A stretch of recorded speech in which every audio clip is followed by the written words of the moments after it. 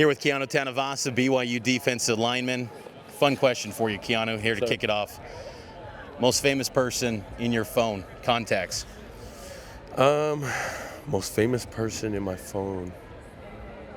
Dang, I wasn't prepared for this question. Brett didn't tee you up for this one, or Kenny? No, they didn't tee me up for this.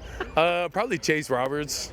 Okay. You know, Chase is probably the top peak there. We were teasing him on the way over when we were flying that Chase is like, you know, the golden boy of BYU, and so everybody loves Chase. Everybody wears Chase's jersey, so probably Chase. Here's another fun one. You talk about golden boy. The golden item in Provo these days is a dirty soda. Do you have a dirty soda you like from Swig? Dirty soda. I don't think I've ever had a dirty soda. I'm sorry these questions, but I'm a water dude. I don't really like soda. But if I did have a dirty soda, it'd probably be a Dr. Pepper with vanilla, because I tried my sister's once and it was really good. Well, Keanu, that's awesome. I appreciate you doing that. Some more serious stuff. Getting on the gridiron here. Yeah. Now that media days are here, you've been part of the BYU program for more than half a year now. What's been your favorite part of being at BYU so far? I think my favorite part has been the team camaraderie that I believe is second to none in this league.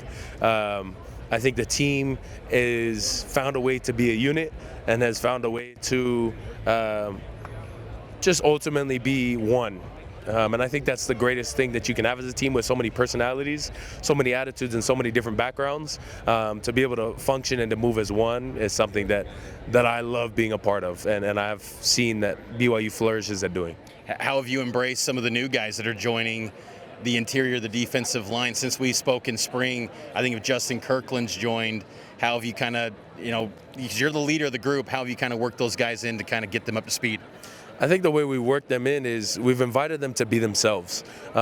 We've gone out a lot, and that's one thing that I love. Again, we find time to be together outside of football, right? We spend a lot of time training, but more than that, I want to get to know his wife. I want to get to know Justin and who he is, what made him who he is, JT, Anisi, why they came in and what they're doing here.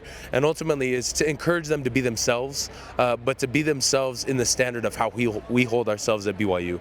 And in doing that, it's just unified us and allowed us to become best friends, and more than that, family.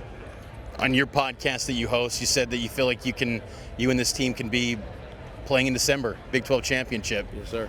What gives you confidence that could happen?